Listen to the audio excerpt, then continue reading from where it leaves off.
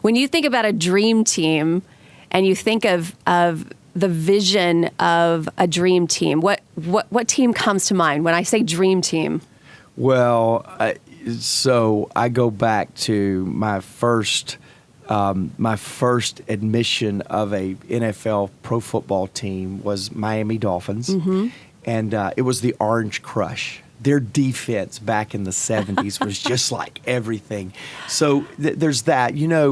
I think of sports teams a lot. Yeah. But I will tell you that for me, and this is going to sound rote, so forgive me, and you're on this team, so forgive me if it sounds like I'm just saying the right answer at the right time. But the team that I have around me now as a leader is literally the best team I've ever worked with. And I'm not saying that we don't have our challenges. I'm not saying that we've got it all figured out. I'm not saying that we don't need to add additional components to our strengths and our skill sets. But I am telling you that I've worked with a lot of teams in a corporate environment. And the team that I get to call my lead team, the team that I get to call my family, our staff, hands down, by far, the best team I've ever had the privilege to work on. And I think what makes it a team, a dream team, is when you're chasing the same thing. Absolutely. When you're chasing the same. A dream team a lot of times is, oh my gosh, it's a bucket list. Oh, it's fantasical. I have a fantasy of a team that just loves each other and we love and live and laugh together. Yeah. I think a dream team is also one that's chasing the same thing. Yeah. We have a dream and we're going after it. That dream to bring powerful, positive change to our society, to this generation that we're living in. That's a dream. And Becky, you have a kid in school. I have a kid in school, and we have adult kids. I just want my entire my entire family to be chasing this dream of impacting those around us. And so, again, I love this concept of a dream team, this perfect team with great talents and skills and abilities, and oh my gosh, we're playing so well together. But I also love this idea of a dream team chasing the same thing. You told me this year I needed to read Spiritual Leadership. So March is my month to read spiritual leadership, and I was reading yesterday on the essentials of spiritual leadership. Yeah. And J. Oswald Sanders. Yes, J. Oswald Sanders.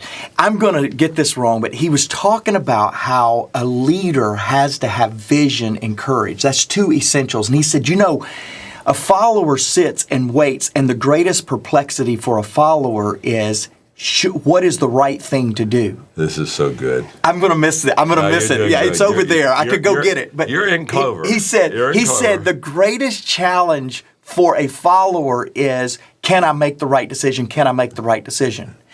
The greatest challenge for a leader in crisis is being confident that you made a decision that you can live with. And so many times, and I butchered that, but so many times we spend so much time waiting for the right decision or the perfect decision to come, rather than making a decision and living with the consequences of the decision we made. He said the greatest challenge for a leader is to be confident in living with the consequences of your decision, not in waiting to make the right decision. And the answer to that, because that was a book that greatly impacted my life, and the answer to that, on being confident that you made the right decision, I can help you right now. I can cut this to a chase and help everybody. You always make the right decision when you put the people first. End of story. I can tell you stories of where I put myself first and had conflict about it. But I've never had conflict. And again, I'm not telling you when you put your people first that all things are going to go well. But when you put your people first, you can live with yourself. I don't have to have a lot of money to live with myself, but I do have to treat people right to live with myself. So, John, we're an hour in.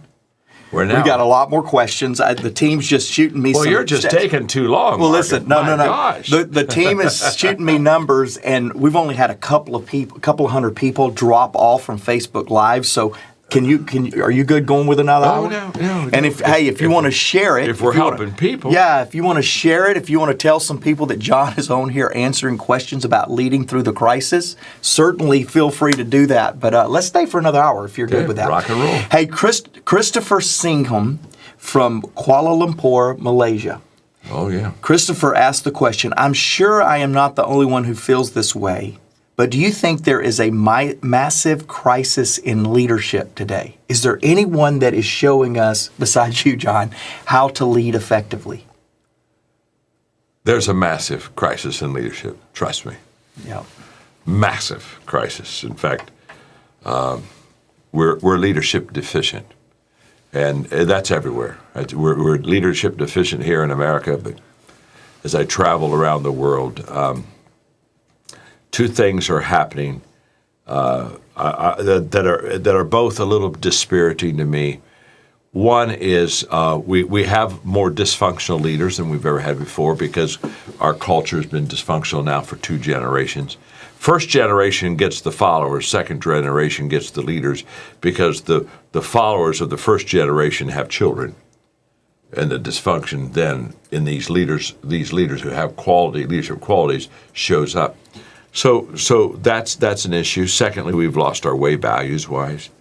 In many leaders, they basically put themselves first before others, and I don't know when I've ever seen leaders who do what they think is politically acceptable more than what's right than in our culture today. Wow. So we have a leadership crisis, and I would agree with you. Now that I've said that, all that does is that challenges me to get the message of leadership out, the right message of leadership out to more people as quickly as we possibly can, and have events like this where we can get straight to you and do our best to serve you and help you.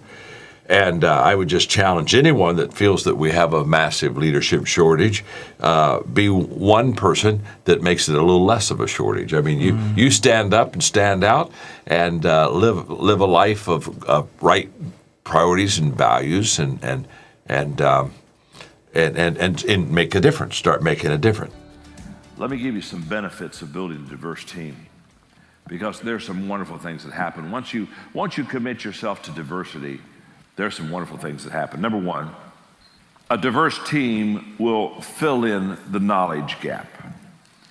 We all have a knowledge gap, and that is none of us know enough, okay?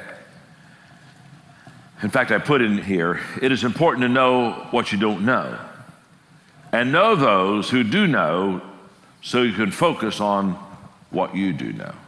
Okay, now that's when you need to look at it a couple times, all right? You need to go over that little statement, but just trust me on this. Here's what I'm saying. There are a lot of things I don't know as a leader. And I depend on people around me to know those things because I don't know them. And I not only don't know them, I don't particularly want to know them because it'll keep me from knowing what I need to know. You have to start with this premise. You can't know everything. So you have to know what you need to know. And what you need to know as a leader are the things that are basic to success in leading.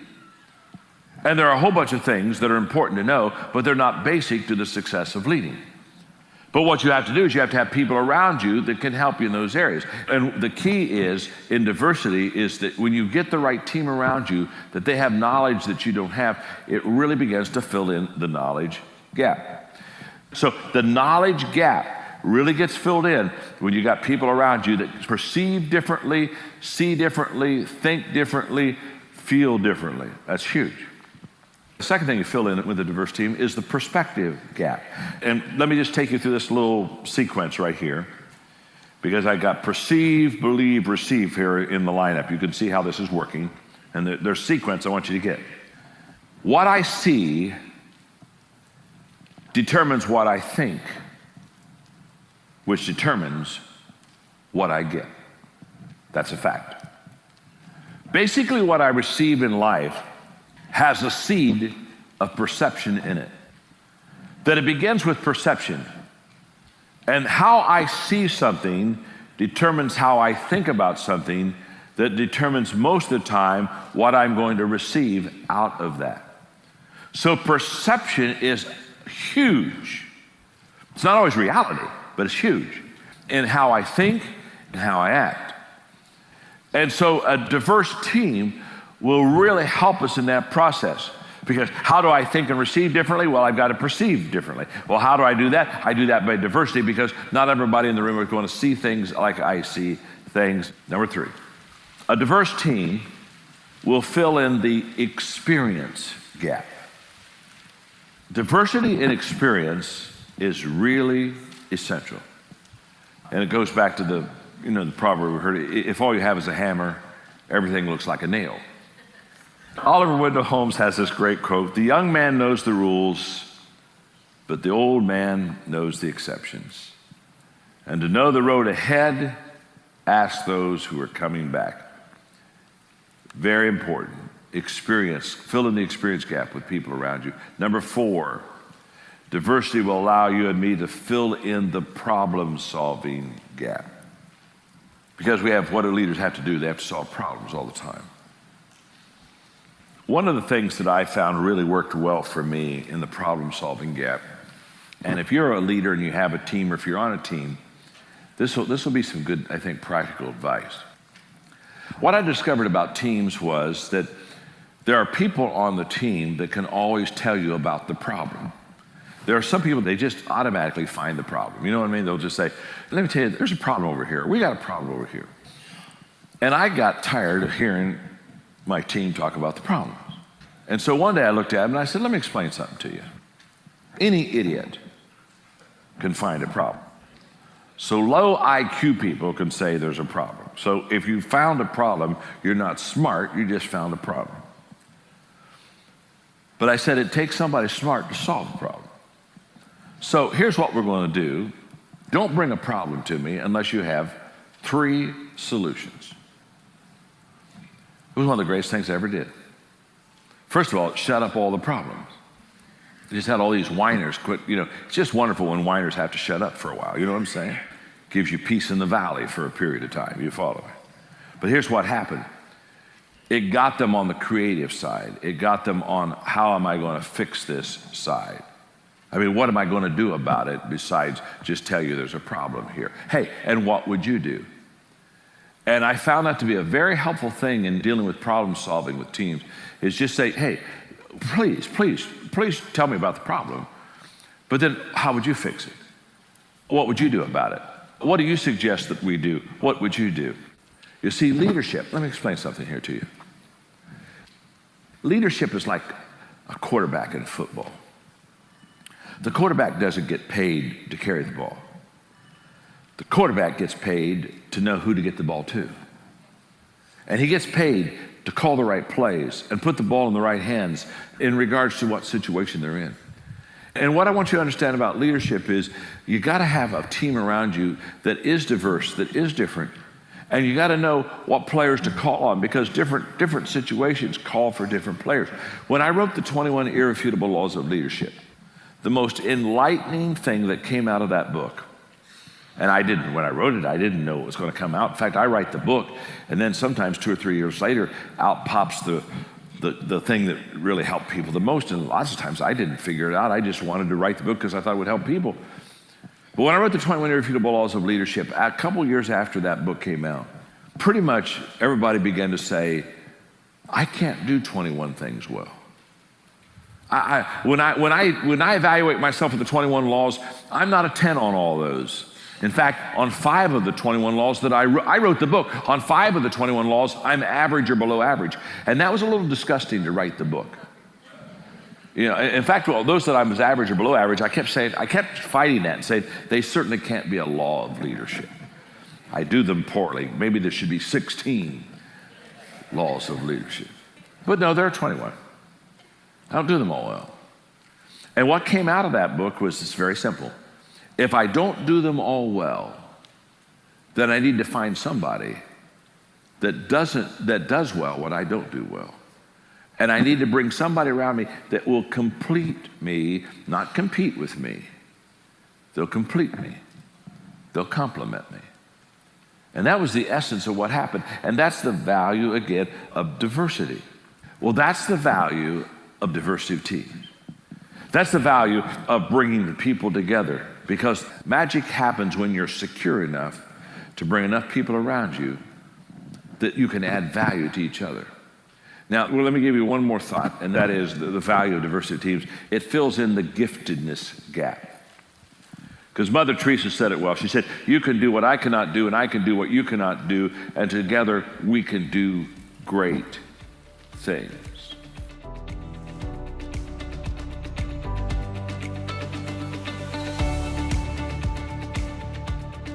Hey, welcome back. So glad you're here. Chris, it's good to still be in studio with you. Yeah, part one, part two. What a incredible day of learning just for you and I on how to lead. Yeah, and what's been really powerful is even in between this is us having a conversation with our team and talking about what does this look like here? What are the barriers? Have we overcome them? And then now we're going to transition into some of the benefits of it. I'm glad you said that because not every time do we get to kind of sit here and do part one and part two because not every time is a series.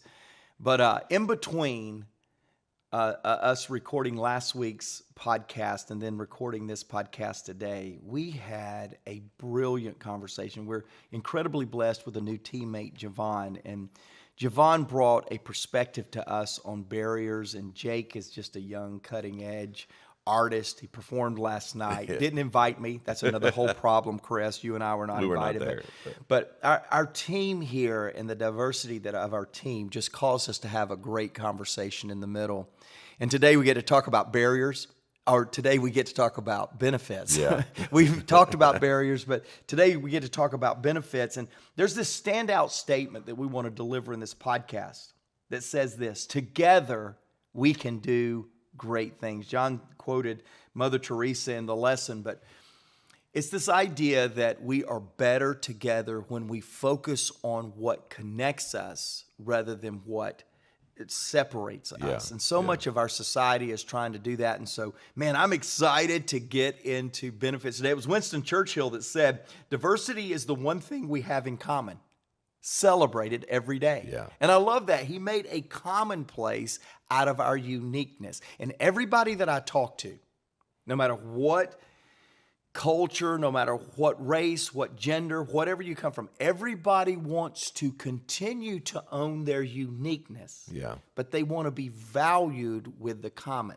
Yeah. And so anyway, man, we're in it today, and I'm super excited. Yeah, and I love the fact that we've had the privilege of working with a leader and serving a leader that for years upon years has led this way, has had diverse teams, has worked through the barriers, and then we've seen the benefits of that. And I want to dive in and get some of your thoughts from a leadership perspective as you now are responsible for leading Maxwell Leadership and carrying this mantle of where we're going.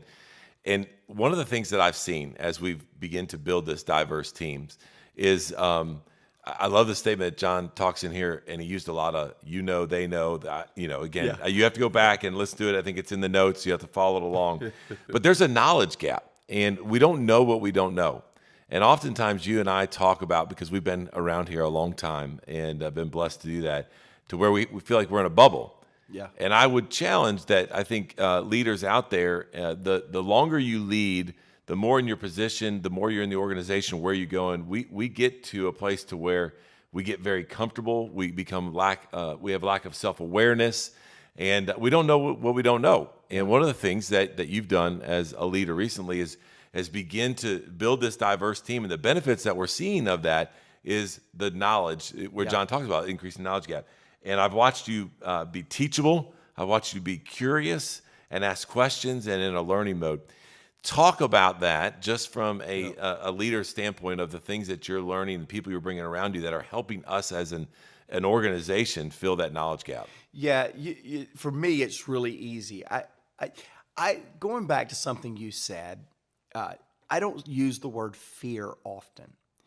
And I don't know if it's pride. I hope not. I don't know if it's my macho way of I want to be seen as a guy of courage, Sure, not of one of fear. But very rarely times do I feel fear. But I'll tell you, in leadership, there is one time that I constantly feel fearful about, and that is that I'm missing something. Yeah. What's it like to be on the other side of me? What are my blind spots? Yeah. What am I missing? What is it that I need to know that I don't know? I mean, these are questions that plague my mind quite often. Not always in a healthy way. So Right. I'm not I'm not going to teach you on how to have healthy fear Right. and feeling like you're missing something. There's sometimes I feel like I'm missing something and I'm not, and it paralyzes me just like fear does. But this idea of the knowledge gap, what I am enjoying most about leadership now is when I walk into a setting and leaders have already thought about the next step, and I am surprised. Probably this was most illustrated at the recent event that we have. It's called the International Maxwell Conference. We had over 2,000 people there. We were certifying to be one of our coaches, speakers, trainers.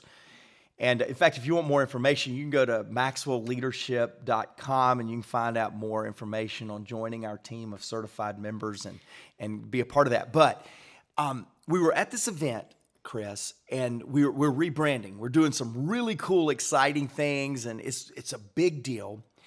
And I showed up that morning, and my executive assistant, she said, "Hey, you got to be at a staff meeting at 7:30." And I said, "A staff meeting? Why a staff meeting?" She said, "Because some of the stuff you're communicating at 9:30 needs to be communicated at 7:30 to our team, and we've got swag, and we've got gifts, and we got all this stuff." And I went, who thought of all this? It was this perfect euphoric moment for me of how the knowledge gap translated to culture building, team dynamics. And for years, I have felt like those ideas either had to start with me or come through me. And this particular time, I was just showing up, and it was brilliantly done. And that knowledge gap, to your point, of people knowing an even better way and not feeling like as the leader that I had to deliver that was a real cool experience of the diversity of thinking in the knowledge gap, because we have products of the product leading. And you wouldn't have even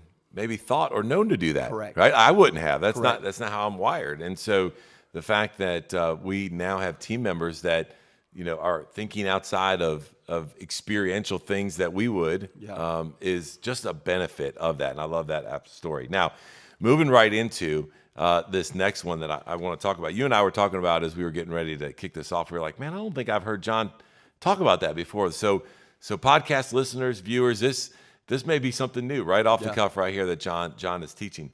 But if we're going to have people on our team that are diverse and are bringing things to us that we don't know, and it should be that way, what we've got to do is we got to make sure, hey, now we're going to hear a different perspective on things. Mm-hmm. And I love the statement of make sure that we are learning the perspective of others in all situations as a leader versus just stating your own truth, right? So make sure that, hey, they have the knowledge. Not only do they have the knowledge, but we need to understand their perspective. And John lays it out here with these three words that we were talking about: the perceive, believe, and receive.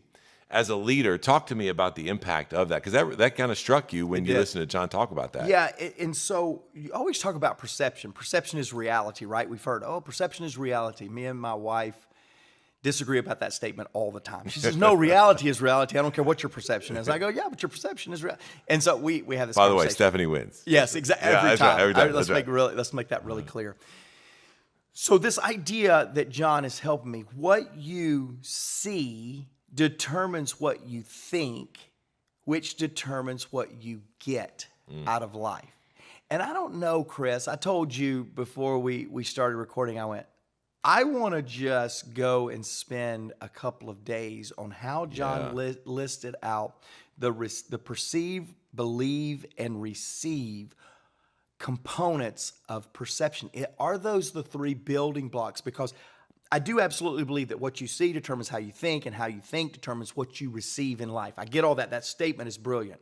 But how that is really the three building blocks or components of perception. We talked about Stephanie. Now let me talk about my daughter, Macy. Macy's a driven girl with a lot of strengths and intelligence and things. Just ask me, I'm her dad, right? So she's got a lot going for her.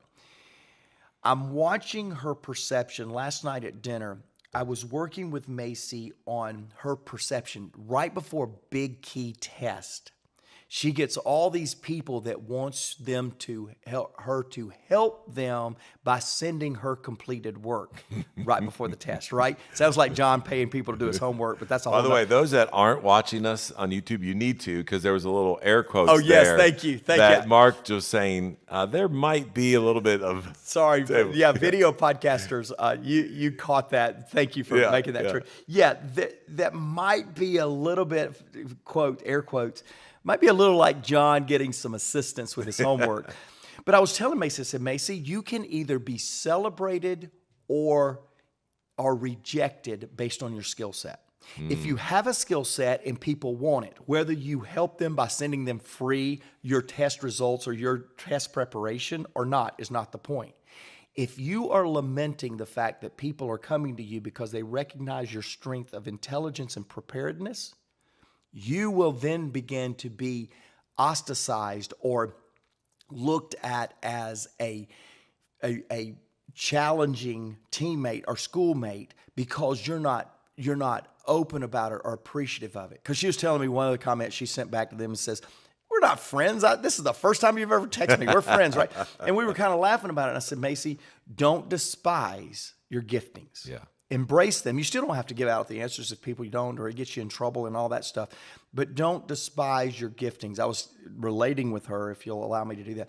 I said, a lot of times right in a critical time in my leadership, it seems like everybody needs something from me. This person texts me, that person texts me, I get a phone call. And it's not that I don't enjoy those, Chris. You need to call me more. We travel all the time, get to come to the studio and get to see each other. But it's not that I mind the calls. It just feels like it floods me on the days to where I need this kind of focus. And by the way, I'm covering my eyes, listeners. And yet that's when it feels like everybody's demands on me. And the days that I respond and go, man, can anybody not do anything without them, is the days I'm despising the strength of leadership.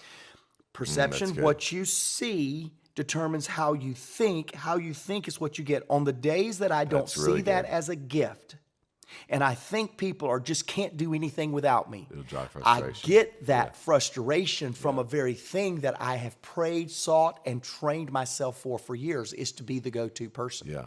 And we can despise it. And that's a perception issue. That's it's really not a reality issue. Yeah, yeah. And I love how you just took the benefit of having a diverse team and talked about how if you're not careful, it can then overwhelm you and become a frustration. And then what happens? You ignore all of it. So then you're throwing out the benefit of having that diverse team. And so be aware of that. I love how you talked about that. Now, this I want to move to, because we'll spend some time here. This is something that you and I growing up around this organization and the environment know. We were just smiling as John was talking about this problem-solving gap. Yep. So the benefit of having people that solve problems differently, that think differently, that have different perspectives, is that you're gonna have the opportunity with the help of solving problems. By the way, a good friend of ours, Carly Fiorini, defines leadership as solving problems, That's right? exactly right. And so she literally talks about, hey, you are a leader if you solve problems. Now we have a diverse team that will help us solve problems. Now that's great, right? But John laid out an incredible system of how to have the team respond to the leader in solving problems. We're not there yet. You and I talked about that. We're not there to where you have modeled that in your leadership with John, and yet we've got some growth to do. As a leader, talk about the power of that, what's brought to you, what that does for your thinking, what that does for the culture of our organization. Yeah, and I will. And, I envision our podcast listeners and perhaps video viewers, I envision you like grabbing your pen and paper, and then John gives all this content, and then you kind of sitting back and saying, let's see how Chris and Mark can mess this up in the society. That's kind of my vision of you sometimes. Forgive me. I believe in you a lot more, but I kind of feel like we provide the things not to do and what John says you need to do. That's right. Grab your pen and paper, though, right now, because this is going to be a moment to where I want to mature this fill in the problem solving gap. That's good. Because John said he got so frustrated with people bringing problems. Finally, he said, don't bring me a problem again until you bring me a solution. When you can bring me 3 solutions, now bring me your problem. He said, it's not that I didn't want to hear the problems. I like hearing problems. I just want solutions with it, because my team kept making their problems my problems, okay? I've taught about that before. But I'll tell you, there's a maturation, there's a maturity to that John and I have developed in my last 12 years as a CEO, that I want to show you the additional components of that formula, let you take notes on it, and then Chris will talk a little bit about how our team is still trying to mature into this problem-solving gap. So again, problem. This is John's words. I kind of cringed when he said it. He said, any idiot can identify a problem. And I went, I'm the idiot that's identified a lot of problems for John. Present, tardy, guilty, whatever. Any person should be able to identify problems. In fact, some people, the question is are you identifying the right problems? And is your problem really a problem, or are you making it a problem? We got all that. Yeah. But there is a problem. And for John and I saw pretty early on that what I identified as a problem, John said, yep, we've got a problem. So now I had to get good at coming with solutions that felt good for how John would solve things. So then I went through a maturity on solution suggestions. And I got better. And so I would come to John and say, John, here's the problem. He'd go, yeah, we got a problem. Here's the 3 solutions that I've come up with. Man, Mark, that's 3 good solutions. But now let's mature this a little bit further to where he would ask, what's your recommendation? So we go from problem identification, solution suggestion, to now solution suggestion to now my suggestion. What is my personal preference on the solution we should go with? Solution selection, maybe. And I would look at that and I would say, this is the one I think that we should go with. And then he would say, why? Mm-hmm. So there's the complete formula.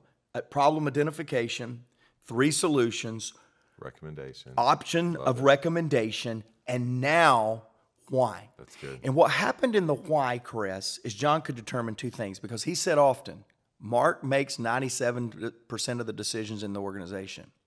What he wanted to identify in the why, and we as leaders need to identify, is why. Have you properly thought it through? So it was a question of preparedness. The why was a question. Is Mark prepared when I ask him why? Secondly, it was a question of passion. Was I passionate about my suggestion? So he was going, does Mark have the tenacity to see the solution through? And then it was a question of accountability. Is Mark accountable to something in the why that will hold him true to this being the solution to go through? And so if we can see this this problem-solving gap through the lens of a true, tangible thing that we can process our people through. So now back to John and I have talked a little bit about that from stages in different countries of how we have led together so well. I feel like with John and I, at least, we're getting an A on that whole gap right there. We've done really good with that. Well, then you said, well, how do you think the team's doing? And I went, oh, that might be a C, and that might be a generous C. We're not there. So leaders, vulnerable moment. I'm doing a better job of providing that than replicating it. Now, the question I've got to ask, because right now I feel like I have a lot of problem identifiers, a few solutions, but no ownership to the solutions. Yeah. And I've got to work to mature that in a reproducing mindset, because while it feels good to say John and I are nailing it, it does not feel very good to me to say myself and our team are not nailing that. Yeah. And appreciate the vulnerability. And I went back and thought about even some conversations where I can see you beginning to model that, even in our relationship and our leadership, to where you're like, okay, no problem. What do you think we ought to do? And do I have 3? Maybe not. Do I have 2? And then you go, why? And so I hadn't thought through the process. And I think it's a great model for leaders to understand that you are going to have people on your team. This is an incredible benefit, that are going to think about problems differently than you. They're going to be able to identify them. They're going to think about solving them differently than you.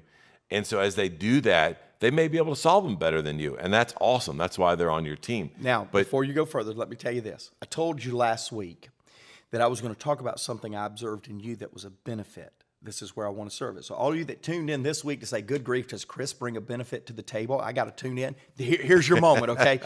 And seriously, Chris does not even know what I'm going to say. We have not had one conversation about this, but me and Matt Reardon, our new COO, have had multiple conversations about this. Matt doesn't know mine and your history of saying, Chris, I got to hear you. I got to know what you're thinking. I've got to have your authoritative voice in some situations. Yeah. He wouldn't know all of that. Never shared it with him. Doesn't matter. Shared it a little bit on the podcast. We've laughed about it. We were in our last leadership meeting a couple of weeks ago, and I watched something unfold in our meeting that didn't make sense to me. There was this branding decision about some blogs and how we were going to do our social media and all of that. There was this conversation that came up, and I'm watching our leadership team wrestle with something. And I'm just kind of listening, taking note. I hadn't been in many of these meetings, back to our first Knowledge point gap. of the Yeah, knowledge benefit gap. of I'm it, not yeah. in a lot of these. And so I watched you guys just kind of wrestling with it and kind of stayed silent, made a couple of comments about, yeah, the team really needs to be agree with this. And then all of a sudden, your voice comes piercing through the conversation and said, whoa, guys, half of this conversation has been revisiting a decision we all collectively made a few weeks ago. We're talking about the wrong thing here, what we need to be talking about, and then you went on to what needed to be talked about rather than what was being talked about because of that authority. Matt Reardon, our new COO, came to me afterwards and he said, you cannot know what it did for that room, Mark, and even for what I'm trying to influence the team with. When Chris went, we've already talked about this, we are processing. Now, you're a private processor. You're a processor, and you do it internally for the most part. I watched you on something that had already been processed through as a team, which we want to be collaborative. I watched you stand with, you didn't stand, but I watched you insert yourself with authority and say, we've already talked about this. We've already agreed. We're talking about the wrong thing. This is what we need to be talking about. And for the people that was trying to revisit it, perhaps to try to see if they could convince somebody with a little more authority to see their way. To change we it. don't know why. Right.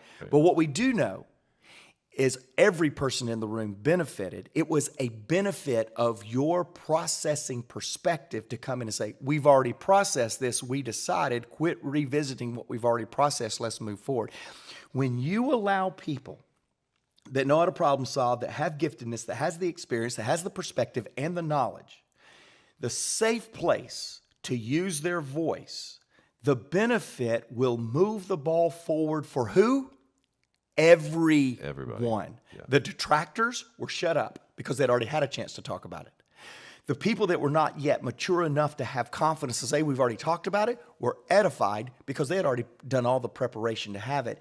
And then you moved us through to where we really accomplished something in that segment. And it was this moment to where I went back and relived all of our funny conversations and went, wow, that is the benefit. Sometimes you process slower than me. Sometimes I process way too fast for you.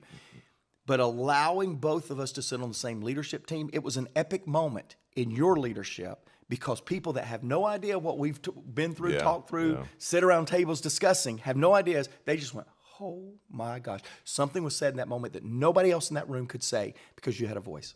Well, I appreciate that. Isn't that true, though? It's very true. It's very true. And you're surprised with that observation because you didn't even know I observed all that. And the benefit of that, as the topic today around the diversity, is I just think differently. You do. And I process differently. And I was listening to this conversation and just to our mentorship and coaching over the years, used a time in the meeting to use my leadership voice of what felt logical to me and where I was at. It was and so powerful. again, that's just an example of, and I appreciate you sharing that, but it's an example of having a diverse team. Again, back to what we talked about. Like, we love the fact that John has taught us, and this is what Maxwell Leadership is about, that we want to value all people. And that we want to value them equally in a way, no matter where they come from, the nationality, the gender, the leadership experience, but to use people's gifts and how God created them to be able to impact your organization, to be able to help lead your organization. And by doing that, you're going to have people that are going to help you solve the problems that show up inside your organization.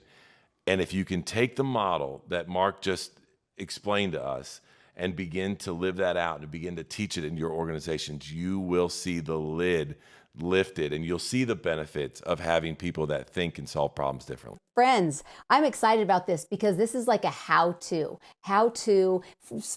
John sharing from 60 years old, now he's 75. And Mark and I, who are, will remain, we already said our age once, we aren't going to say it again. Okay. So we're kind of laying out a map for you to decide at this stage today, we're deciding if we haven't already, we want to compound, we want to live a life of compounding on these things. So then John talks, the next step was about strength zone.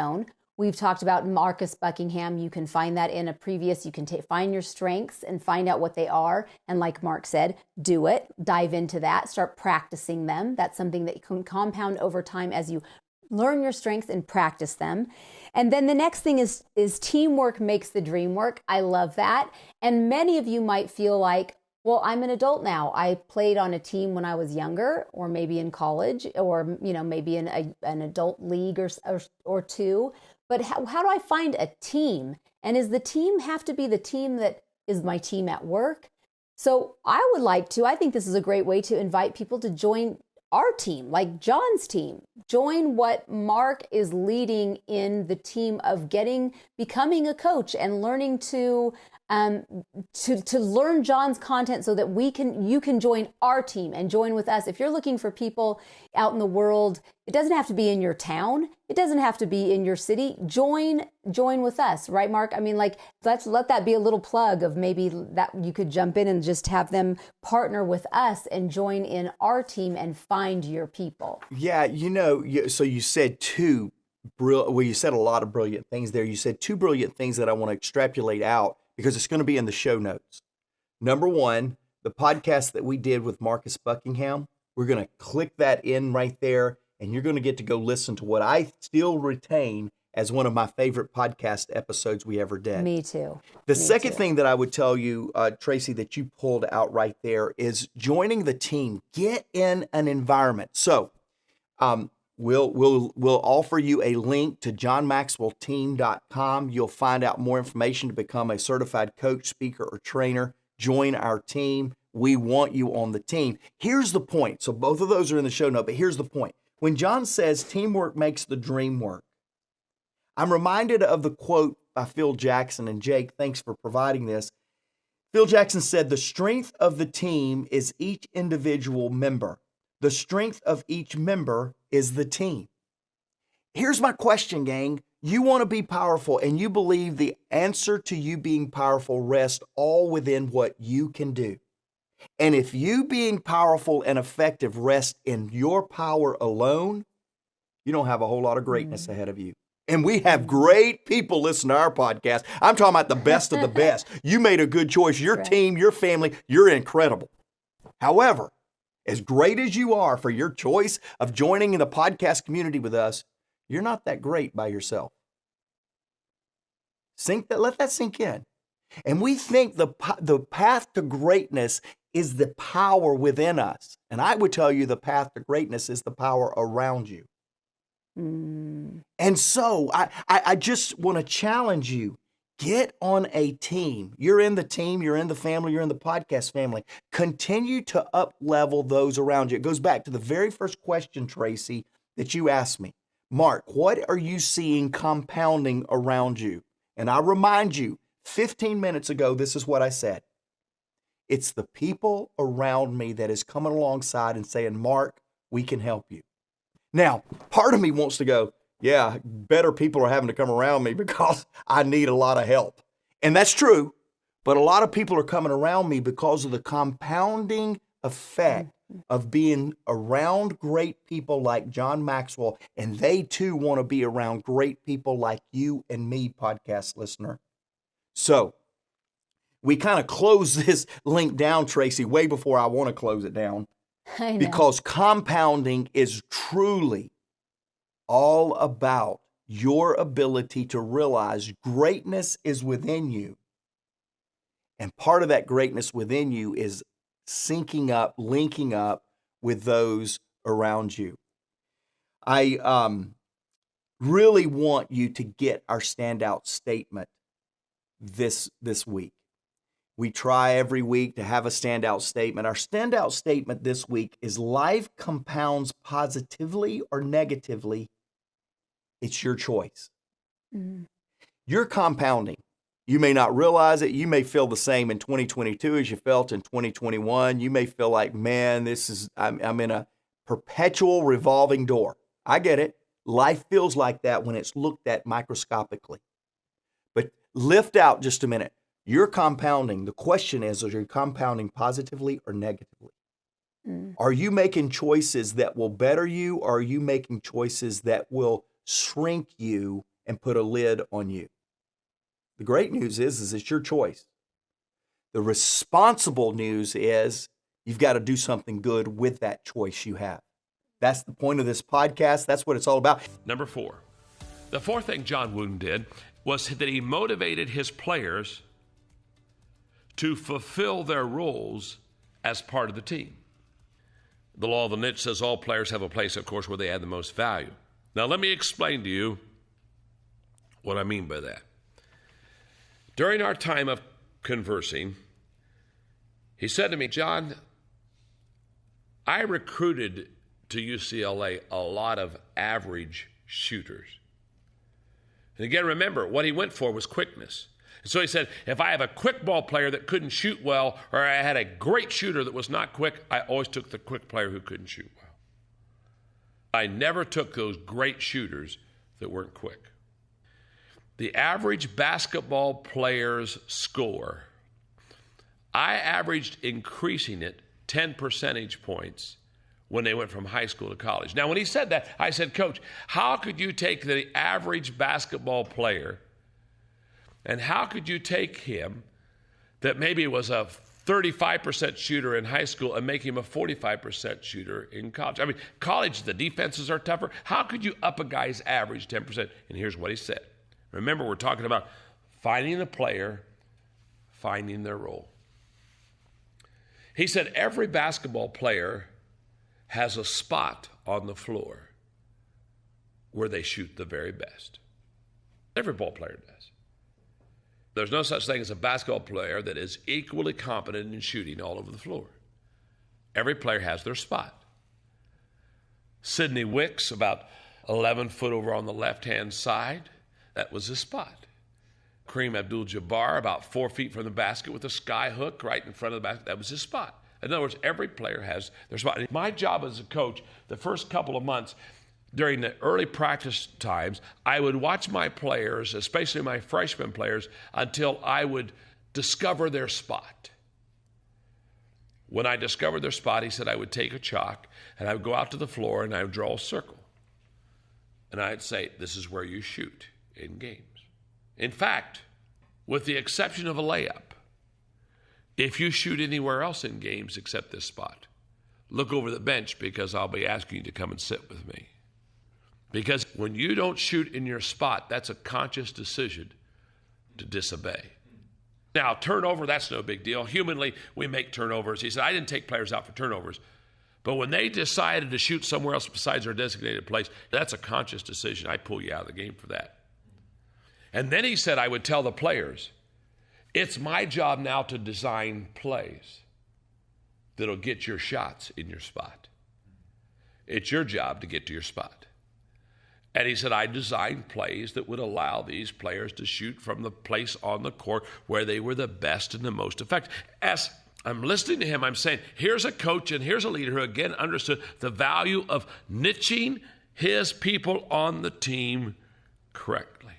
And then I put in a couple quotes of John Wooden that'll kind of help us there. A person must be interested in finding the best way, not in having their own way. And then I love this when he said this with a twinkle in his eye to me. He said, John, you know, at UCLA, teamwork is not a preference. It's a requirement. You know, I did say, do you prefer to play team ball? It's a requirement. The question I want you to ask yourself is not have you seen it happen. The question I want you to ask yourself is this me? Okay, is this me? Because I can tell you the reason I have this list is because about everything I'm going to share with you in a time in my life was me. Okay? When my leadership wasn't mature and my leadership wasn't what I wanted it to be or what it needed it to be. So number one, for example, is fear of conflict. A diverse team will naturally generate differences of opinion, perspective, and worldview that can lead to conflict. And what I have discovered is this: a leader that doesn't like conflict won't want diversity in his team, because it's just not going to be, the opinions are not going to be always what your opinions, what you want to have. And in your notes, I just have a little place for you to fill in the blank. Fear of conflict limits our potential. The greatest limit upon a leader's potential, I think, is conflict, because that leader then doesn't allow the people to come around him or her that can help them. And an example of that is marriage. What counts in making a happy marriage is not so much how compatible you are, but how you deal with incompatibility. Differences that existed before marriage are intensified when we live with them. Let me just stop for there. Can I hear an amen on that? Huh? Amen. Huh? Isn't it amazing? You get attracted to this person because they're different than you, and you say, oh, I like that. They're different than me, and they add this to me, and you say, oh, this is going to be so wonderful. And then you get married and say, dear God, I don't like these differences in this person. You know, isn't it amazing? What attracts us repels us. It's really true. That's just exactly the way it works. And so the differences that existed before marriage are intensified when we live with it. It doesn't get less, folks. Trust me, if you're thinking about getting married, you can just think about that, okay? You may want to think again, okay? Okay. We come from different backgrounds, possess our own personality, see the world from a unique perspective, and are the unfortunate owners of irritating habits. Isn't it irritating that your mate has those irritating habits? And don't you wish they were like you? Because you have no irritating, but boy, they do, don't they? And just, don't you wish you could just get them fixed, okay? We don't think alike, we don't respond to life alike or act alike, and it can be very frustrating. Rather than allowing that relationship to get tied up in knots, learn to loosen the noose a bit. And that you don't loosen the noose a bit to hang them either, so let's qualify that. Now, let me just say this. If there's conflict, it means you're alive. In fact, the only time you and I won't have conflict is when we die, and then we may have other issues that we don't want to talk about right now. But it's part of leadership, and it's part of life. Today I understand that conflict is not only important in leadership, it's vital, it's essential. I promise you, there's not a thinker in this room that's a good enough thinker that shouldn't have somebody come up against you and challenge your thinking. And if you think you're so good that you don't need to be challenged, you don't need to be at a leadership conference, you're on drugs, you need therapy. Okay? There are places I can send you, but not to me, okay? That will help you with the delusion that you have in your own life. That's essential. Number two, the second reason that I think is quite common, which is a barrier to diverse teams, is just an insufficient personal network. In other words, take an honest look at your peers, your friends, your colleagues. If most of the people you know look like you, vote like you, and love the same music as you, you need to be busy expanding your network. Now, we are most comfortable with people like us. But in leadership, your goal isn't to be most comfortable. Your goal is to be most effective. And I discovered very early in leadership that if I was going to be a good leader, I had to go to places that I didn't normally go to and talk to people that I would not normally mix with, to be able to get insights and thoughts that would never come to me if I stayed in my own group. If you're only in your world, you're not in a big enough world yet. And you need to get out of that world. But here's what I found about this one. You have to be very intentional in doing this. Okay, the third barrier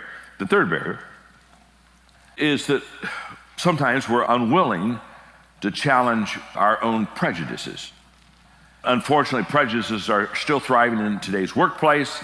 Some are racial, gender, otherwise. And when you lump people of any type into one bag, box stereotype, you miss out on one of God's great gifts, and that is the diversity of people.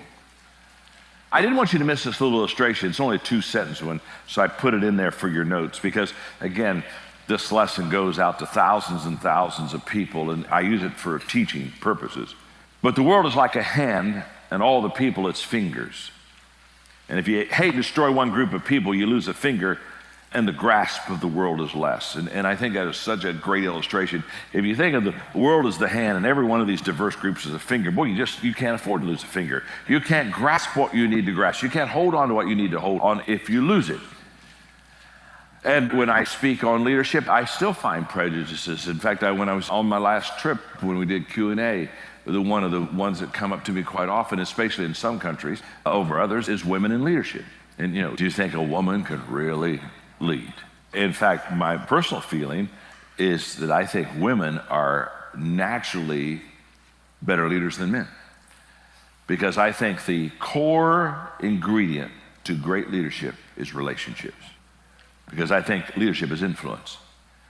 And the ability to influence people is so key to leading people. You cannot lead somebody that you cannot influence. And I think that women have a natural relationship skill that most men do not have. And I think leading becomes very natural to them, where sometimes for guys it isn't. Now, I'm not trying to do the male-female gender thing at all. The point of it is prejudices. If we have those issues, we're going to have a hard time on diversity of teams, because we're going to keep people off because we don't feel they should be on our team. Number 4 is arrogance. Some leaders are so confident in the sufficiency of their own genius that they can't begin to imagine how people unlike them could add value to their work. And so they just have almost a sense of arrogance. I know the answers. Another barrier is personal insecurities. And this is huge, personal insecurities.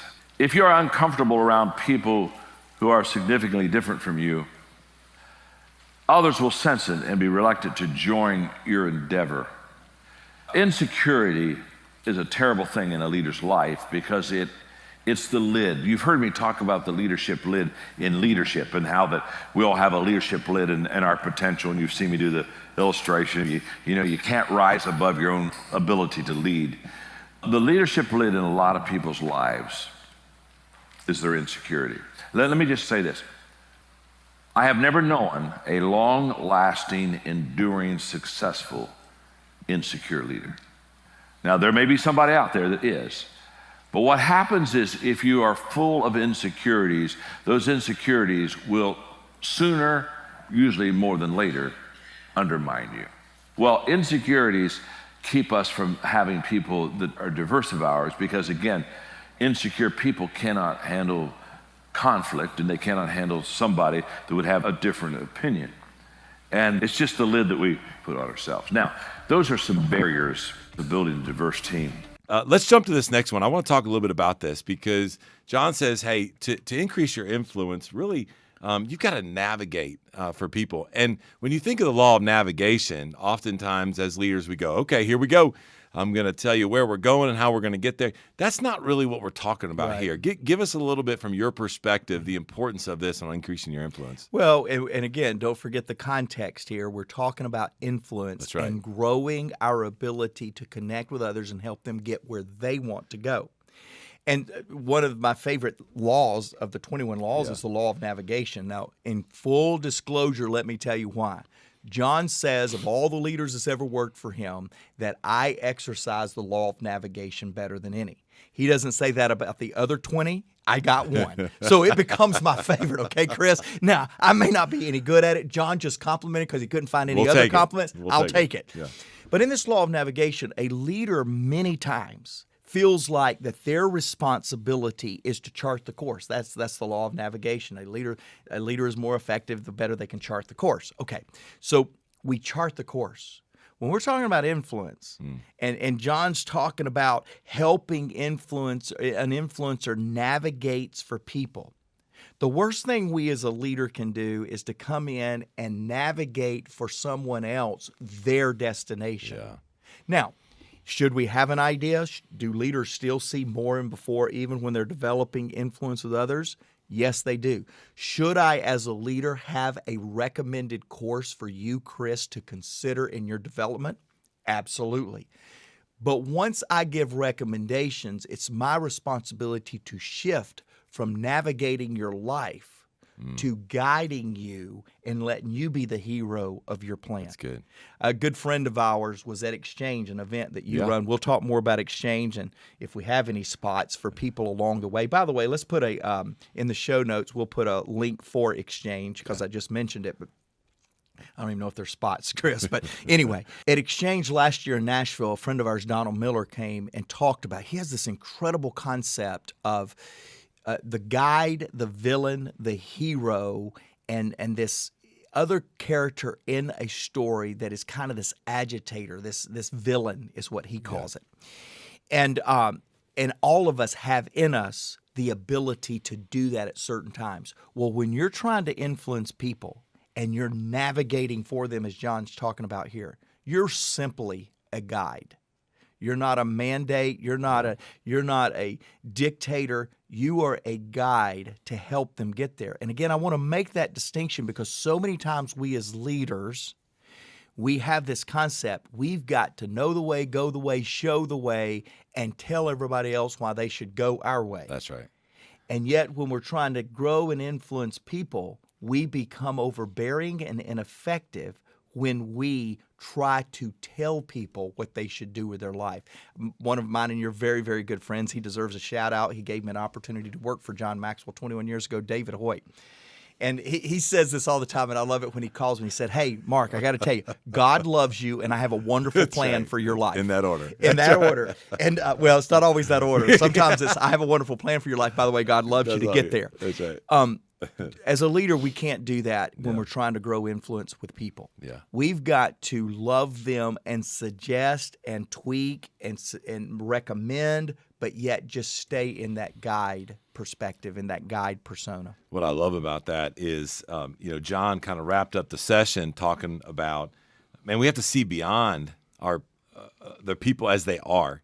And I think oftentimes as leaders, we can see and believe in people far greater than they can themselves. Mm-hmm. And we know where they can go. And so how do we help guide them and understand that and bring that out? Right. Like that's we talk about several of these principles, and John wrote an incredible book, by the way, around a lot of this, Leader's Greatest Return. And he talks about the fact that we can enlarge people and empower people and reproduce and all kind of stuff. But in essence, man, we can see almost more than they can see for themselves. Mm-hmm. Now, we can't navigate, to your point, and as we think about it, leaders, we've got to help guide them, allow them to navigate to truly have the impact on them and where they're at. So, man, I absolutely love that. And that's a great perspective shift for us as leaders to remember when we think about that. All right, John goes on and he says, hey, to increase your influence, to be an influencer, man, you got to connect with people. Yeah. I love this because, John in the 5 Levels of Leadership talks about this permission level where, people give you the permission that they want to follow you. We use in the 5 Levels of Influence, he uses the word relationships, but it's not only that, it's also about connecting with them. Adversity connects, projects connect, ideas connect, questioning, all kinds of things connect. One of the things that I want to unpack a little bit here that just kind of grabbed both of us, and I'm going to give you an example that I thought of, and then I want you to share some things, real life, what you're dealing with in this in regards to leadership. John said so many times leaders think it's the responsibility of those that work, I think he used the word below them, on their team to come to them, to connect with them. Yeah. I know you said this years ago. You said, hey, leaders, you just need to understand that anybody inside our organization, I'm going to go by and I'm going to connect with them at any point in time. And I just want you to know I'm going to be talking to your people. And I'm going to be connecting with your people. And I want to know kind of where they're at and what's their agenda. What are they enjoying about it? And sure enough, to this day, you still do that. I'll see you popping in. I'm like, uh-oh, Mark's going into my team's office. Like, what's about to happen? But your whole purpose of that is, no. This team, it doesn't matter if they're on the job for 1 week or if they've been with us for 13 years. You're going to make an effort to go in and connect with them. And I love that you model that. That was the first thing that came to mind. When you think about what John said there, what comes to your mind? Well, and let me say this on that point that you just made. It comes from Jack Welch's book, Management by Walking Around. Yeah. Too many people go out, especially in a company, organization as big as General Electric, and the CEO goes out into the field, and that's a big deal. Get out in the field, press flash, get out there. And some of you leaders, you do that. You press flash, you get out there. But you stay in the insulated office. You don't get out where the people are. You don't get out and sense their buy-in, sense their enthusiasm, hear their accomplishments. struggle with their struggle. Right. And so it really comes from great leaders like that, and watching John Maxwell in this idea of management by walking around. I think it's extremely important. You know, when John talks about an influencer connects with people, I got to tell you, this is full disclosure. This is February. We're just coming off of January, brand new year. I don't believe a leader can connect with people until the leader connects with him or herself. Because we want to go out and we connect with people. Why? For an agenda. We want to see what they're doing. Even in your example with me walking around to your team, so many times I go and connect so they know I have their heart. It's for them. Yet so many times we are better leaders when we connect with people because we've already connected with ourselves. That's good. So January is always a connect with myself time. I have my year-end review. I reflect on what I did, what I didn't do well. There's a lot of what I didn't do well. So January is usually repair month. Let me repair what I didn't do well last year. Let me give you a couple of examples. I leave today at the point of recording, and I fly out to Salt Lake City before I have to be in Miami tomorrow night. You go, whoa, that's kind of two different wardrobes in your bag. Yeah. That's kind of a long trip. And I'm going out for one reason and one reason alone. I have a leader out there, one of our producers that runs one of our divisions, that she is carrying a huge load for our 2022 plan. Yeah.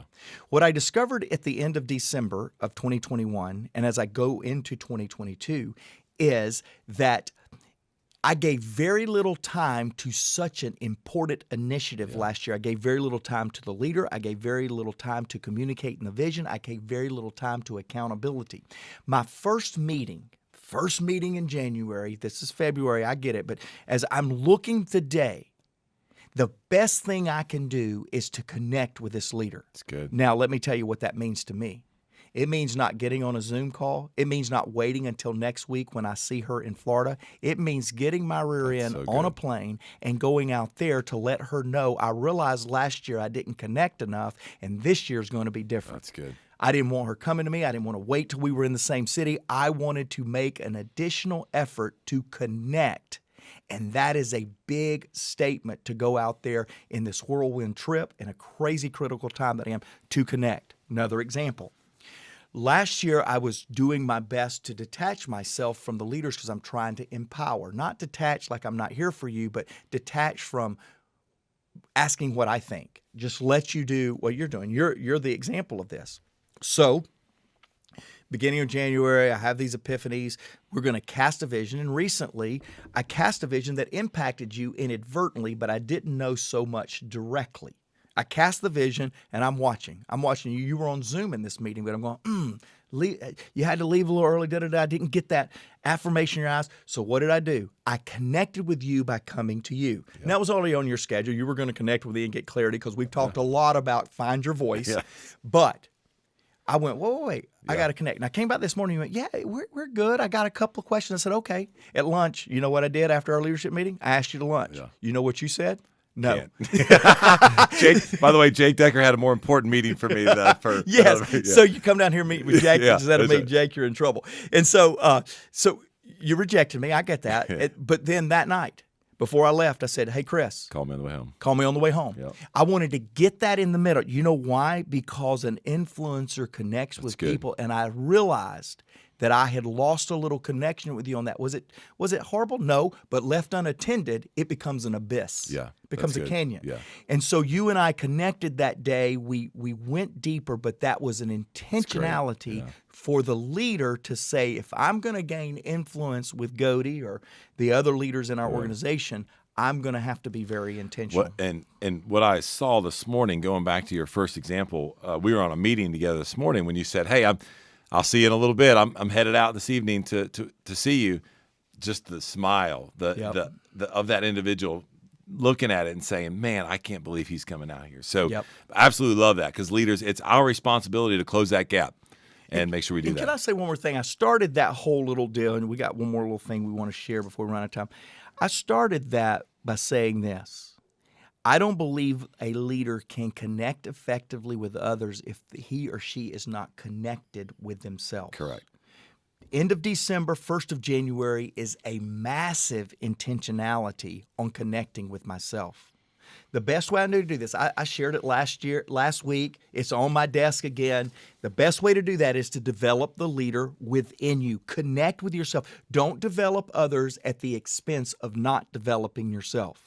I'm going to challenge you. This is the second week in a row because it's that important. We're at the beginning of the year, and I'm going to challenge you. How intentional are you in developing yourself? You want to connect with others? Connect with yourself. We did this last week. You guys, a lot of you responded. We've got a digital product with this book called Developing the Leader Within You 2.0, the digital product. 10 lessons with John. It's hours of John's teaching. We're giving our podcast listeners a 20% discount. You can go to the show notes. By the way, when you click that link, it'll ask you for a code. Put in the code podcast, and we'll get you a discount. But again, going back to that, how are you intentionally connecting with yourself so you can connect with others? In order to do that, a lot of people are going to build an organization, build a team. They'll be in some sort of an environment like that. Nobody wins alone, it seems like in life. That's a fact. I was listening to the story you were telling, and I'd like you to share it about, there's the analogy of getting people in the right seats on the bus, but you have this wonderful story about when you played basketball. Yeah. About at the end of practice, your coach would do something very scrimmage. unique. This is absolutely illustrates this point so beautifully. If you don't mind saying that. No, it's a beautiful point. He would have the first team, the better players, 5 players, play the second team. And the only thing that he would do is he would put we who were on the first team out of position. And he always stuck me. I was a number 2 guard, but he always stuck me under the basket, guarding a guy named Doug Roth that was 6'8". Okay, and he'd put maybe our center out there with the point guard. Well, he's put us out of position, and they said, "Now stay in your position and play to 20." Well, what would happen is the first team would always lose. And he'd sit us back down and say, "Now, did you lose because of talent? No. Did you lose? No. You lost for one reason. You were out of position." And remember this, whenever you're out of position, you're going to lose. Well, what they did is, I'm guarding a 6'8" guy. They just throw a high pass to him. He's just dropping that belt over me the whole time. Sure. Well, you can't. And so it was a great teaching for me that no matter how gifted you are, no matter how committed you are, if you're out of position, you're not going to be successful. That's why everybody needs to find their sweet spot.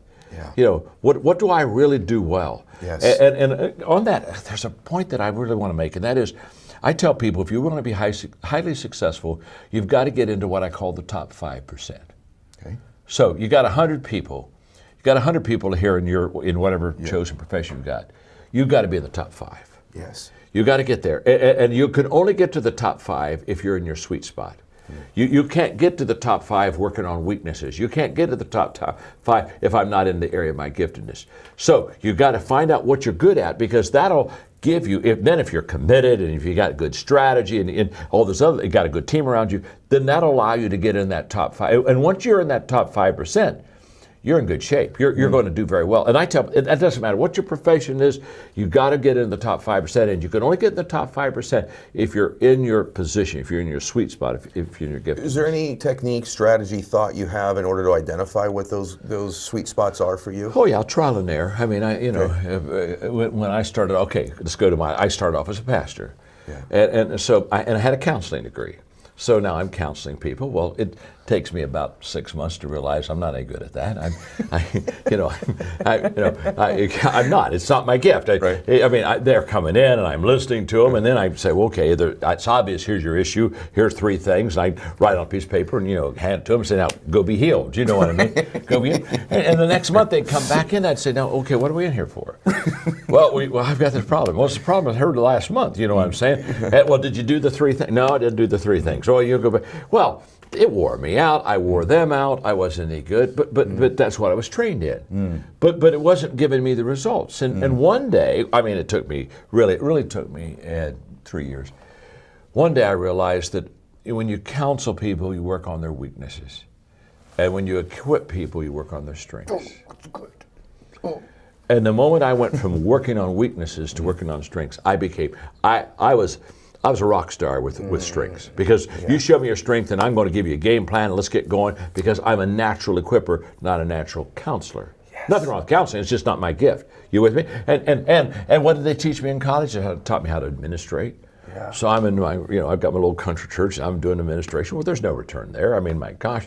And one day I'm waking up and I'm saying, wait a minute, this isn't working. I got to go get me some volunteers to do this administration so I can get back. And so it's trial and error. And sometimes I think we go to people like, Ed, if I'm trying to find out my strengths and you and I know each other really well, I may come to you and say, okay, well, talk to me. What do I do well? Yes.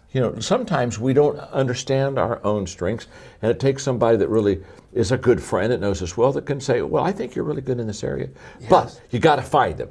Yes. And the good news is everybody has gifts. That's right. Everybody. So there's not such thing as a person, well, I just have no Yes. gifts, and so Yes. I'm left out. Everybody has them. You just got to go find them. Yeah. But once you find them, that's where, and by the way, that's where you put all of your time in personal growth and development. Because the goal isn't just to learn a lot of things. I know a whole bunch of people, they're very knowledgeable, but they're not very successful. That's right. So what you got to do is you got to say, I'm going to stay in the area of my strengths. Yes. And so when at 27, when I decided I was going to speak and maybe write some books, I asked myself a very simple question. What are the areas that people need to excel in to be successful? And I came up with 4 areas. Okay. Relationships. If you can't get along with people, hello. Right. Equipping. If you can't develop a team, you may have personal success, but you're not going to have multiple. You're not going to compound success because you don't have people helping you. An attitude of overcoming adversity and difficulty, the getting back up, not quitting, that whole process, and leadership, the ability to influence people. And at 27, I said, those are the 4 things I'm going to spend my life.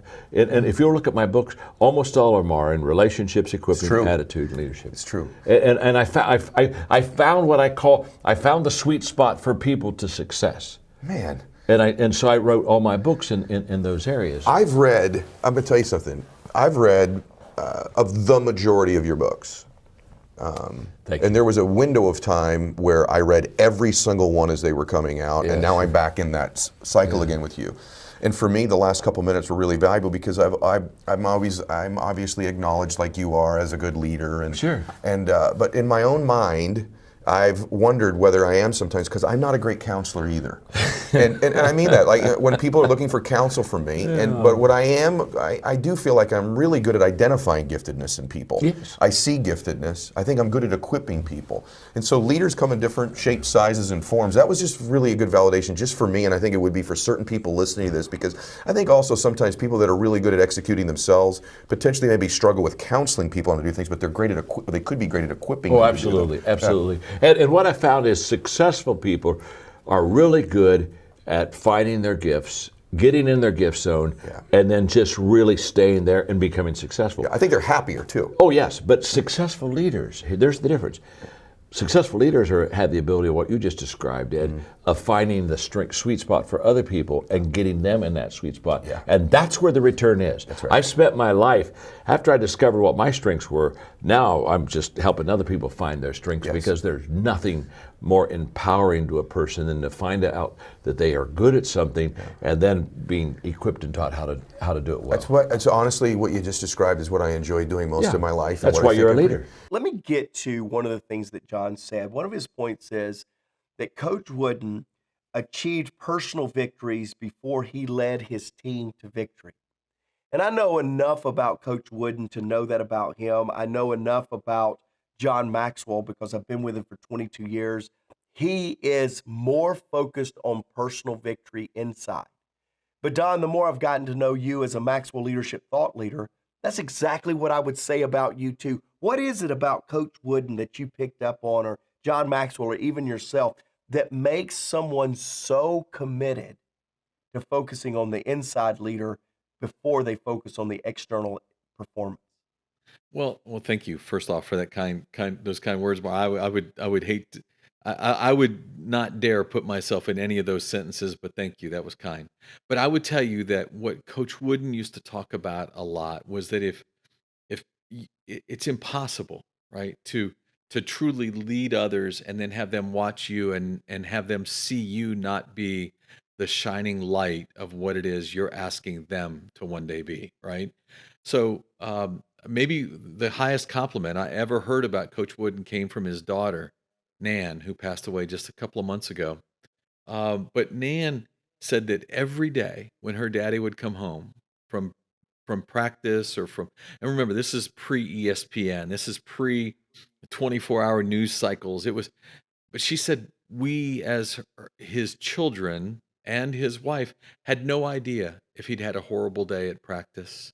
We had no idea if they had just won the most important game of the season, because he was the exact same person every day when he came home. And that he brought himself, and he did come home with a stack of papers and work to do before he could share his time with his family. He was fully present in everything that he did. And each and every one of those things became just hyper important to me as I was learning from Coach. How do I make sure I am that in every one of my interactions every day? You know, there's this trait that John highlights in the lesson. In fact, it's one of his big teaching points in this first part. I'm so excited about the second part and glad you're going to be back, Don. But in this first part, John certainly highlighted that he was a better leader than any other coach. And it's almost like these coaches or these leaders like John or Don, you or Coach Wooden, it's almost like that they have an ability to forget the accomplishment of yesterday and to focus back on doing it again. Today is a new day. In fact, those of you that are podcast listeners, you know I have a standout statement that Jake and our team provides for us. And today our standout statement is Coach Wooden's quote, "Make today your masterpiece." And there's something about these great coaches, and Don, I'm coming to this point because I want you to highlight how you observed Coach Wooden doing that, because right behind your head, right above your head, is Duke. And those of you that are on podcasts, I haven't got a chance to talk to you about it, but John and I got to be a part of Coach K's last home game a few weeks ago, to where it was a brilliant experience. I've never experienced a sporting event with this much electricity ever. But if you watched it on that Saturday night, you know that Duke did not play their best game. In fact, it was a pretty horrendous game if you're a Duke fan, and North Carolina just basically owned them, especially toward the end of the game. We're getting ready for all the festivities, and Coach K came up and did something that will forever mark me. He didn't have to do this. He has more wins than most. In fact, behind Coach Wooden, he has the second most championships of anyone. But he came up and he said to all of you in the audience, I know you're coming. We're going to have some great festivities, but I have to apologize to you because me and the guys did not deliver tonight. And you can be sure of one thing. We will go back after all these festivities. We'll dissect it, and we'll come back into the tournament a better team. Here's the point that I'm taking right here, Don, and I want you to comment on this. Coaches some way have a figure out, no matter what extracurricular things are going on, they keep the main thing and work diligently to make today that masterpiece. And Don, I'm sure you've observed a lot of things from Coach Wooden like that. Well, one of the things I loved about Coach Wooden was that he never allowed his teams to be called defending national champion, right? So, because he argued that was an event that was celebrated by a different group of people. Like, they won the national championship. We today are a new team. We today are challenged with a new task. Last year means absolutely nothing. Now, it might inspire the opponent a little bit more to beat us because we're defending national champions, but it shouldn't allow us to puff ourselves up just a little bit more because we're defending something. We're not defending anything. What we are defending is what we are doing is proving to ourselves that we came today to make it a masterpiece. Coach Wooden loved that quote, "Make each day your masterpiece." And he it was funny because he often said it sounds like a simple quote. The truth is it's one of the most complicated processes in all of life, because it's hard to make today a masterpiece, to stay focused, to stay in the moment. But if you do it, you string together 7 of them, you got a masterpiece week. You put 4 of those together, you got a masterpiece month, right? And his point was, but don't think about the month. Make today your masterpiece. Well, and so we go back to this third point that I want to cover. And then I've got some questions I want to ask you, Don. John covers this third point. He says he was above average in analyzing his players. And of course, at the John Maxwell company, at our companies here at Maxwell Leadership, we do a great job, or we try to do a great job analyzing people off the 3 C's: competence, character, and culture. Are they a culture fit? And we work hard. But I think we spend more time trying to get existing players motivated and producing than we spend trying to get potential players to answer questions on whether they can fit in and whether they can produce. And yet, the story of Coach Wooden, passing on giving a great player a scholarship because he wouldn't fit the culture that Coach Wooden wanted. He said, "Hey, if he doesn't respect his mom, how do I think he's going to respect me?" And yet, Don, you know this about the Maxwell Leadership Podcast. We're talking to business leaders, and our greatest concern is how do we keep effective, good players? And I think we need to do a greater job of worrying about the players we put on the team than trying to motivate and inspire the players that are already on the team. And again, I know you've watched some stuff. You work with teams all the time in our business. What do you think about this idea that Coach was so committed to analyzing his players? So I will tell you, Mark, I love that in some ways you've painted the picture of maybe these two things being a little separate, but I know I know where your heart is, right? Recruiting and maintaining your talent, they're not really two different things because if you recruit the wrong talent, you're going to lose some that, and you have no idea why they left. The truth is they left because of who you recruited. So Coach Wooden understood that he said the culture of your organization shifts on every personnel move, right? The culture of your organization has the potential to shift on every personnel move. You add the wrong player, you could lose talent that you have no idea that's leaving you. You add the right player, it can help others explode with their potential. So he looked at the two things as completely intertwined because yes, we are worried about trying to keep our talent in every company, mine, yours, every company that's out there. But what they respect is that if we make sure we're bringing the right talent in, they're more likely. They'll give you that discretionary effort, right? Which is what we as leaders are always trying to pull from our employees or from our team. Give us there's the work you have to do. There's the discretionary work that you do because you love us. You love what we're doing. And Coach Wooden always understood you get more discretionary effort if you continue to bring in people who will add to and not detract from the collective. It's so good, Don, and yeah, you're exactly right. They are not mutually exclusive. In fact, if you don't do a good job of keeping your good players, then you're going to have this perpetual revolving door. I've just watched so many of us leaders get more focused on existing players and staying out of it, letting HR or somebody else handle getting a good player. I'm going to tell you, the closer the player is to you and the vision, the more important position or role they will have in your future, the more engaged you need to be before the decision, not after the decision. Hey, Amen. Don, let me ask you this. All right. So you were mentored every other month, mentored for years, 12 years, I believe, with Coach Wooden.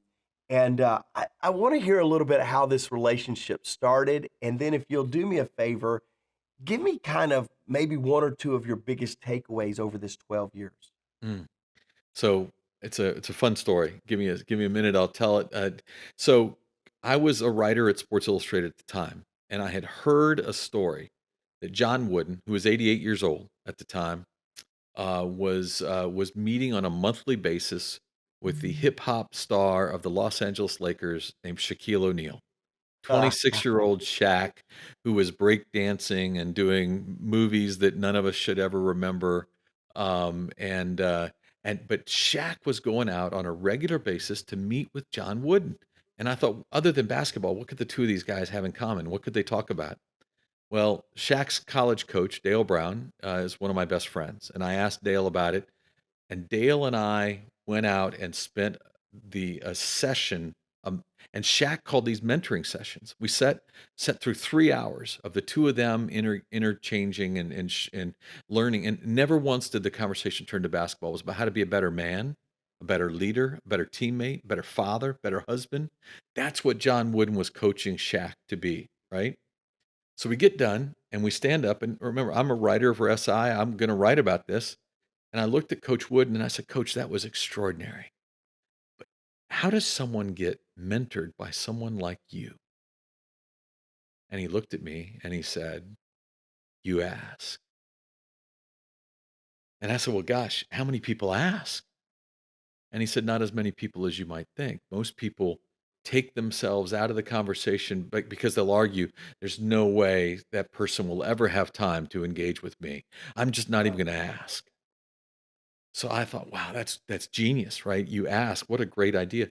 I go home, I write this piece, it runs, I call Coach Wooden, and I said, Coach, I was sitting there at the end, of all of this, and I felt like I was supposed to ask. And he said, I wonder what took you so long. Wow. And out of that, Coach Wooden opened the door. We found a date, and every other month for the next 12 years, I went to spend a day with John Wooden. And his only rules were that he wanted me to come in prepared to learn, and I had to be the one that was prepared. Like, I had to have my questions ready, because the second the questions ran out, the session was over, which meant I had a lot of questions every time. And then he wanted to make sure that I always came back at the beginning of the next session to tell him what I'd done with what I'd learned.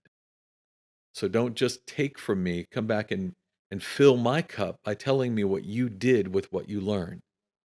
And so from that grew into this extraordinary relationship that ultimately led to us writing a book together on his 99th birthday. Came out on his 99th birthday about the power of a mentor and what it means to develop a true mentor-mentee relationship. That's brilliant. What's the name of that book? It's called Game Plan for Life, The Power of Mentoring. And the foreword was written by a guy named John C. Maxwell. I love it. Hey, you need to pick that book up. I hope if you're not driving, you took a moment, type that in your phone or wrote down. There's something else, Don, that you do, and I've got another question I want to ask you, but there's something else that you do that I absolutely love. It's called the Corporate Competitor Podcast. And what you do is you take very successful leaders. In fact, John Maxwell has been on this, on your podcast, and you take very successful leaders and you take them back to their high school days and you ask them, or back to their college days, just back, and you go, how did sports, how did competition shape you into the business leader that you are right now? And in my opinion, Don, this is my opinion, this is one of the most understated podcasts that you can possibly listen to, podcast listeners. Probably the first one is the Maxwell Leadership Podcast. No, I'm just kidding. It is probably the most understated, and I want you to go right now. I want you right now to go to your podcast player of choice, and I want you to search for Corporate Competitor Podcast. I want you to give it 8 minutes. If you'll just give it 8 minutes, you will get hooked, not only for that session, but you'll subscribe and make every other session. And Don, I love what you're doing there. I think we're going to add thousands to your subscribers in the next 2 episodes of the Maxwell Leadership Podcast, because people are already falling in love with you. And I love that you're doing that. One other thing I want to say, Don, because before I go to the Scott Drew question that I asked you if you'd talk about, Jake always put in our show notes resources that you need to do. And we'll put the link to the Corporate Competitor Podcast, but we'll put a link into the John Wooden book that we talked about. But one other thing is we did a podcast on here. You've written a book by another champion, Kyle Carpenter, military hero. And Don, you just really have this ability to pull story out. And you're doing that right now with Scott Drew. Now, some of you that are not in the middle of March Madness right now, like me and Don and our team are, we're just fired up about March Madness. You'll know Scott Drew is the 2021 championship for the NCAA basketball Baylor Bears. What a brilliant Final Four that we had last year. I just hope this one plays out as exciting as last year. And so you've interviewed him on your Corporate Competitor Podcast, but you have a book coming out in May, just in a couple of months, with Scott Drew. What's some of the lessons that you've learned from Coach Scott Drew that you apply now to your leadership and that we can apply to our leadership? I would tell you, Coach Drew, thank you, is such an amazing leader. I actually think of him almost as a modern day John Wooden, in that character is so important to him, right? He is one of those that when he's evaluating talent, when he's looking, I mean, this whole concept, to Coach Wooden's idea that he didn't offer a scholarship to someone. I know that that is exactly true with Scott Drew as well. I've seen him evaluate talent, look at really incredible the players that everybody in the country is saying 5-star, got to have, and as he grows to understand who they are at their core, he realized they're not going to work at Baylor. Scott believes in a culture of what he calls a culture of joy, and that is that everything should be about Jesus, others, and yourself in that order, right? And that he wants his players to understand how to do interviews after a game. Credit Jesus. Thank him for the opportunity to have even got a chance to play the game tonight. Thank the other players who made you successful tonight. You didn't do this on your own, right? There's no 1-on-5 winner in basketball. And then acknowledge a little bit about what you did that was really special.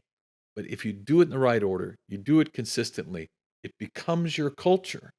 And as a result, you find yourself doing incredible things. Last year's Final Four, or last year's tournament, many people might remember, the 2021 tournament was hosted all in Indianapolis in the bubble, right?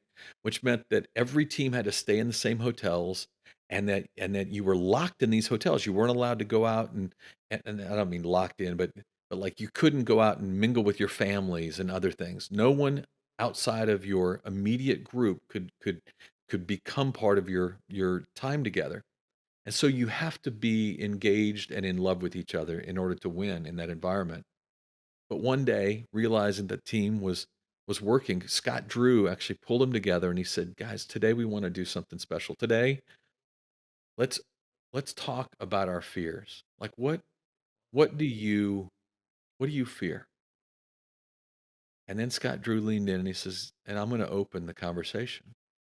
He said, "Let me tell you the truth." He said, "I fear that you all are such a great team and you are so, but I fear that I'm a not well-known coach. I'm not one of those that barks and curses at referees. I don't throw chairs on the floor. I don't do any of those things that draw attention to me, and I fear that there's going to be a really important call in a game, and because I'm not big enough, you won't get that call."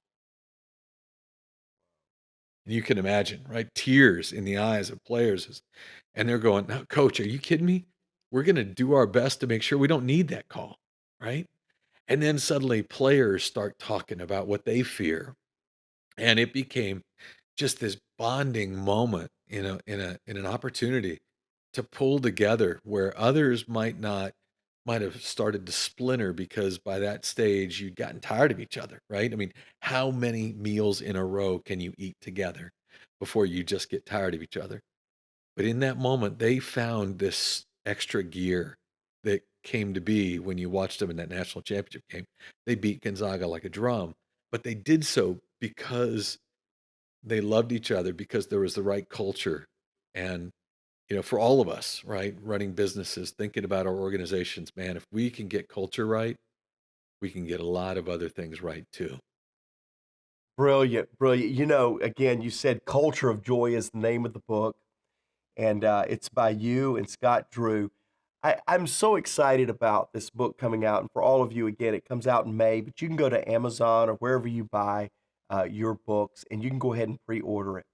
This culture of joy, this ability to have a consistent, predictable way to do culture. I believe in it, Don, and this book is going to deliver proof that that actually happens. Okay, so we're about out of time, but I've got to take us one more place. Okay, we've been learning about Coach Wooden. Thanks for throwing that in about Coach Scott Drew. He is an incredible leader. Another great season this year, but here we are, and now I'm gonna share us with I'm gonna share with you before we close out right now. I want you to challenge us to think: can Coach Wooden, or would Coach Wooden win today? Could he do it?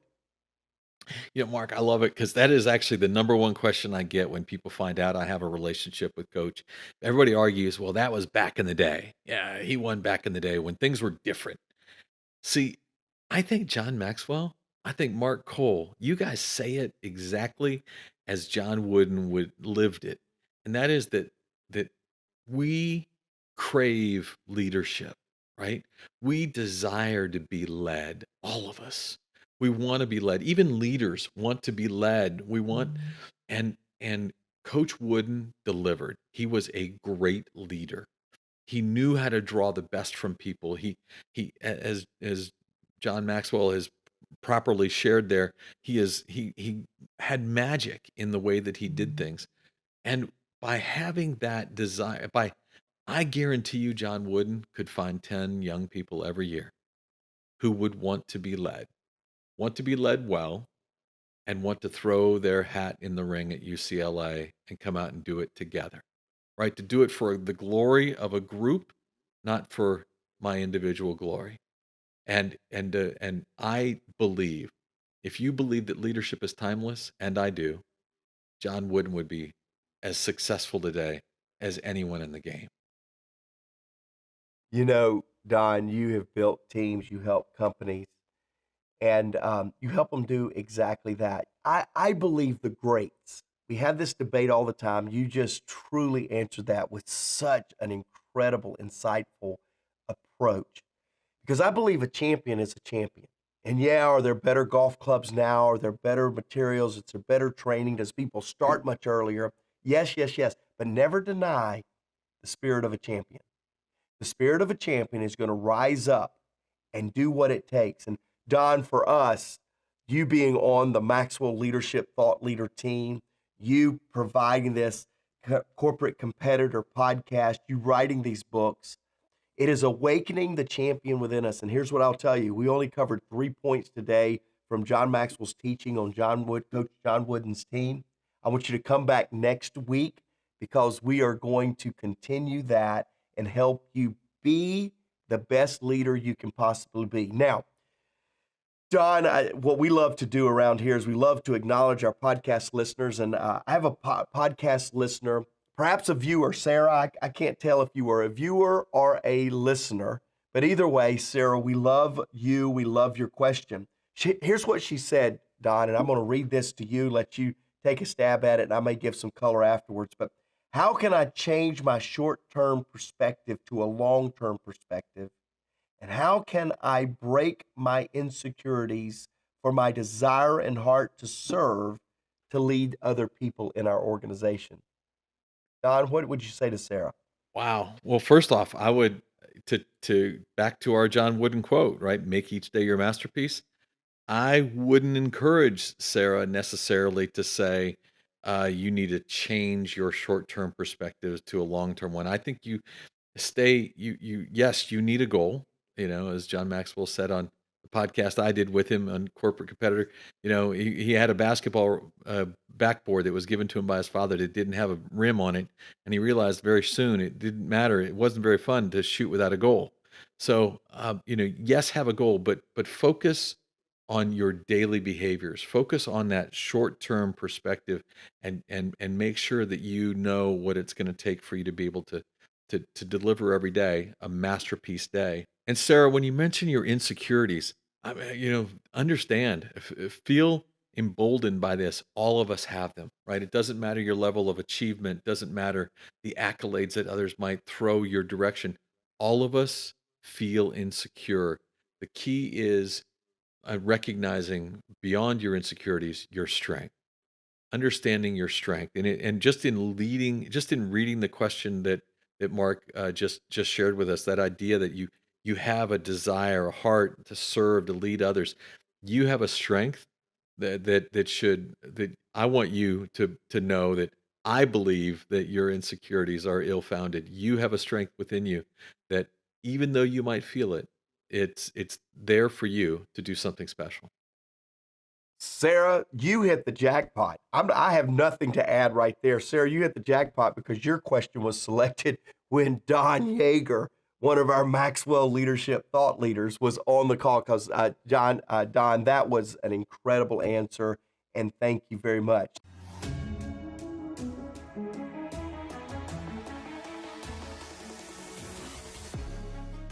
Welcome to the Maxwell Leadership Executive Podcast, where our goal is to help you increase your reputation as a leader, increase your ability to influence others, and increase your ability to fully engage your team to deliver remarkable results.